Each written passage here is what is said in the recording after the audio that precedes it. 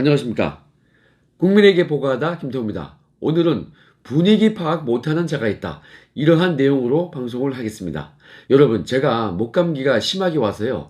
어제 방송에서 조금 살펴보지 못한 그러한 실수가 있었습니다. 어제 방송에서 볼륨이 너무 작았더라고요. 불편을 끼쳐드려서 죄송합니다.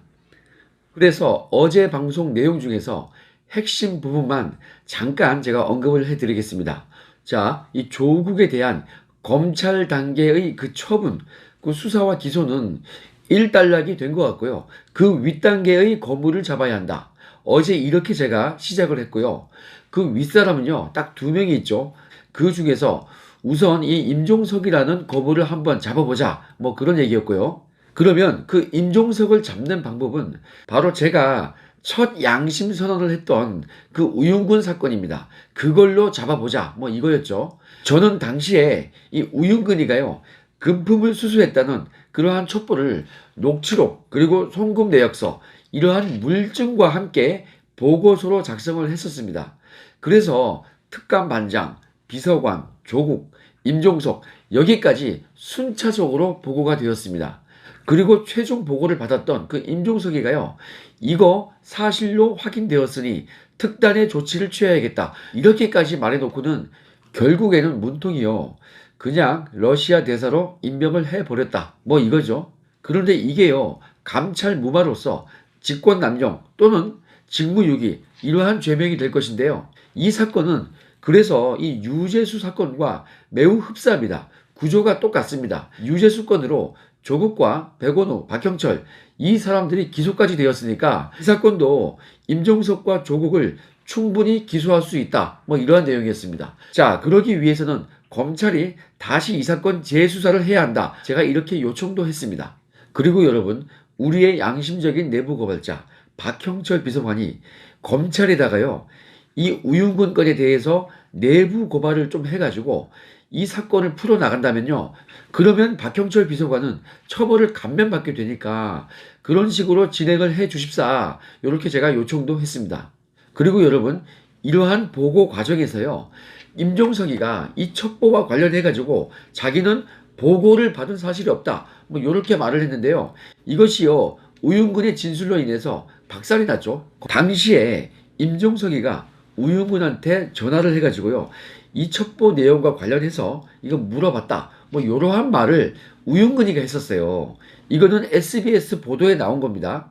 이런 식으로 우윤근이 했던 말까지 공개가 되어 있으니까요, 상대적으로 수사를 하기가 조금 수월하지 않겠나, 저는 이런 생각이 드는 것입니다. 자, 이렇게 어제 방송의 핵심만 제가 요약을 해드렸고요. 그러면 오늘 방송을 시작하겠습니다.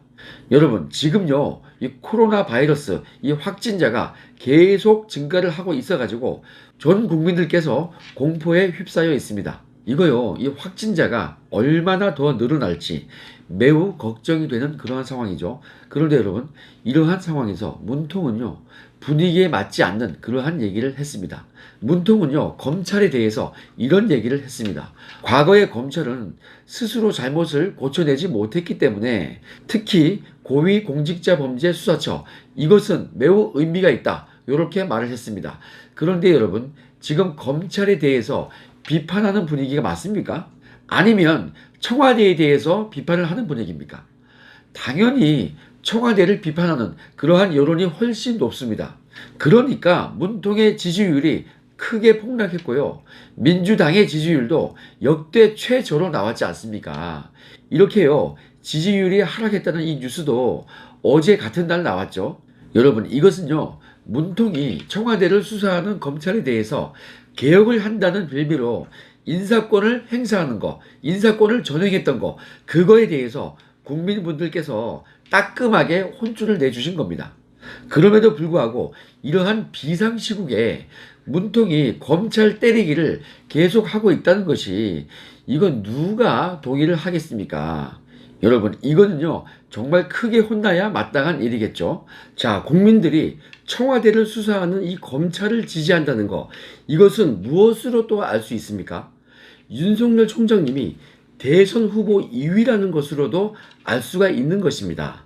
이게 거론되자마자 그냥 2위로 바로 올랐었다는 것은 그만큼 이 청와대를 수사하는 검찰에 대해서 지지하는 여론이 매우 높다는 것입니다. 반대로 청와대에 대해서는 이 비판의 여론이 매우 높은 것입니다. 여러분, 이걸로 민심을 정확히 알 수 있는 거 아니겠습니까? 이러한 상황에서 이 지금 코로나 바이러스 문제가요, 보통 일이 아니게 되었죠. 확진자가요, 하루 만에 5명이나 늘어가지고 지금 현재 11명으로 알려져 있습니다.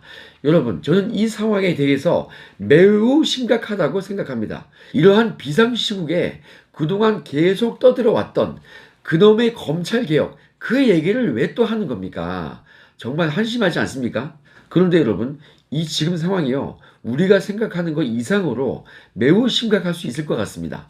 확진자가 갑자기 확 늘은 거, 이게 보통 일이 아닌 겁니다. 이런 분위기 속에서 지금 검찰 때리기를 계속한다? 뭐 이러한 것이 적절한 언행인지 정말 우려가 되는 것입니다.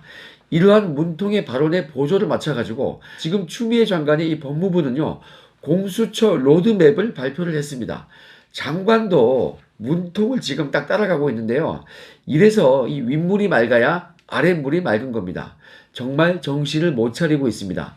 이러한 상황에서 외교부는요, 중국 우한 지역에 대해서 마스크 200만 장, 무려 200만 장을 중국에 지원해 준다고 합니다. 그리고 추가로요, 의료용 마스크 100만 장, 그리고 방호복, 그리고 보호경, 이런 것을 각각 10만 개씩 그렇게 지원을 하기로 했다고 이미 보도가 되어 있습니다. 그리고 우한에 인접해 있는 이 충칭시라는 곳에 30만 달러의 지원품을 제공할 계획이다. 뭐 이렇게 보도가 되어 있습니다. 물론요, 이웃에 대해서 그 어려울 때 도와주는 거, 이거 뭐 인도적으로 좋은 일이죠. 그런데 우리가 여유가 있어야 할 수 있는 거예요. 그런데 지금 상황은요, 우리가 여유를 부릴 상황이 절대 아닙니다. 우리 국내도 지금 잘 대처하는지 의심이 가고 있는데, 지금 국내에서 대처하고 있는 것도 매우 한심한 지경인데요. 무슨 남을 도와줍니까? 지나 잘하지. 지금 뭐 남 걱정할 때가 아니죠. 여러분, 어제자 세계일보에 의하면요, 고용노동부가 마스크 제조 업체에 대해서 주 52시간을 초과해서 근무할 수 있는 특별 연장 근로를 허용을 했다고 합니다. 질병관리본부와 전국에 있는 검역소의 대응요원, 그리고 중앙의료원, 이러한 직원들에 대해서 이 마스크를 지원하기 위해서, 그러한 마스크를 생산하기 위해서 마스크 제조업체에다가 이 특별 연장 근무를 허용했다고 합니다. 왜 이런 조치를 합니까? 마스크가 모자라다는 거 아니에요. 또는 나중에 모자랄 수 있으니까 비상용을 많이 만들겠다, 이거 아니겠습니까? 이러한 판국에 그 수백만 개를 왜 남한테 줍니까? 이 정부가 그렇게 귀하게 여겼던 그 52시간, 요거까지 버려가면서, 이걸 깨가면서까지도 이런 짓을 하고 있어요. 그러니까 지금 앞뒤 전후 전혀 상황 판단을 못하고 있는 것입니다. 이거요, 컨트롤 타워라는 거, 이것조차 있는지도 모르겠습니다. 자, 지금 우왕좌왕하는 모습을 보이고 있는데요. 친정부 성향의 연합뉴스까지 이러한 보도를 했습니다. 신종 코로나 불안이 커가고 있는데 휴업학교 숫자도 파악하지 못한 교육부, 뭐 이러한 제목의 뉴스를 보도했습니다. 서울교육청은 휴업학교가 3개교라고 했는데요. 발표 1시간 후에 교육부가 이렇게 말했습니다. 전국 휴업학교가 1개교라고 말을 했습니다. 그리고 교육부는요, 각 시도교육청에 공문을 보내가지고 1월 13일 이후로 중국 후베이성에 다녀왔던 모든 학생과 교직원에 대해서 입국 후 14일간 출근과 등교를 중지하도록 그렇게 조치를 하라고 지침을 내렸습니다. 그런데요, 그날에 대부분의 교육청은요, 일선 학교를 상대로 뭐라고 했냐면요, 중국 우한시를 다녀온 학생 교직원, 이 사람들에 대해서 출근과 등교를 하지 말라고 그렇게 지시를 했습니다. 그래서요, 상당수 학교가 격리 대상을요, 우한시로 한정을 했던 것입니다. 그런데 이 후베이성에는 우한시만 있는 게 아니지 않습니까? 그래서 우한시가 아닌 후베이성의 다른 도시에서 이 감염이 되었던 학생들이 이 등교를 해가지고 또 다른 학생에게 전염을 시킬 그럴 가능성이 매우 농후하지 않겠습니까? 이렇게 엇박자가 나고 잘못 전달되는 것으로 인해 가지고 이 코로나 바이러스가 널리 전파되면 어떡하려고 그럽니까? 여러분, 그리고 이 우왕좌왕은 또 있습니다. 어젯밤에 SBS가요, 어이없는 상황을 보도를 했습니다. 3번 환자 있죠. 그 유명한 3번 환자가 서울 강남의 한식당 한일관에서 지인 2명과 함께 식사를 했다는 그러한 사실이요. 이미 26일에 드러났지 않습니까? 근데 그 당시에 한일관 측에서요. 이 질병관리본부에다가 문의를 했다고 합니다. 방역하는 거 말고 추가로 어떠한 조치를 취해야 되냐 뭐 이렇게 문의를 했는데요. 이거에 대해서 3번 환자와 접촉을 했던 카운터 직원 2명요. 이 사람들에 대해서만 밀접 접촉자니까 이 2명만 격리를 해가지고 휴가를 좀 보내라 이런 답변을 들었다고 합니다. 아니 이 3번 환자하고 90분 동안 함께 식사를 했던 이 6번 환자 등등 해서 지인 2명이 있었는데 이 사람들은 일상 접촉자로 그렇게 분류를 했습니다. 그래 놓고 계산대에서 그 3번 환자하고 잠깐만 접촉했던 이 지인 2명에 대해서는 밀접 접촉자로 분류를 했다. 이게 말이 됩니까? 여러분 이런 식으로 이 보건당국이 우왕좌왕하고 있으니까요. 국민들께서 지켜보시는 분들께서 마음이 참 불안하신 겁니다. 이거는요. 책임 있는 윗사람이 집중을 하지 못하니까 엉뚱한 일을 하고 있으니까 그러니까 실무선에서도 우왕좌왕을 하고 있는 것입니다. 그런데 여러분 비판 기사가 또 있습니다. 어제 저녁에요. 이 매일경제에서 보도를 했는데 정부 헛발질에 추적도 격리도 힘든 이 3차 감염자 나왔다. 뭐 이러한 제목의 기사가 나왔습니다. 3번 환자와 이 식사를 같이 했던 이 6번 환자에 대해서 초기의 판단을 잘못해가지고요. 격리 조치를 하지 않았고 이 뒤늦게서야 밀접 접촉으로 분류를 했지만은 결국은 보건소에서 뒷북 통보를 해가지고 실기를 했다. 뭐 이러한 내용이었습니다. 그러니까 여러분 이러한 시국에 검찰 때리기를 왜 합니까? 왜 공수처가 거기서 나옵니까? 다시 말씀을 드리지만 이건요. 윗물이 맑지 않고 이 비상시국에 엉뚱한 얘기를 하고 있으니까 공조직에서 이러한 현상이 나타나는 것입니다. 여러분 이러한 상황이요.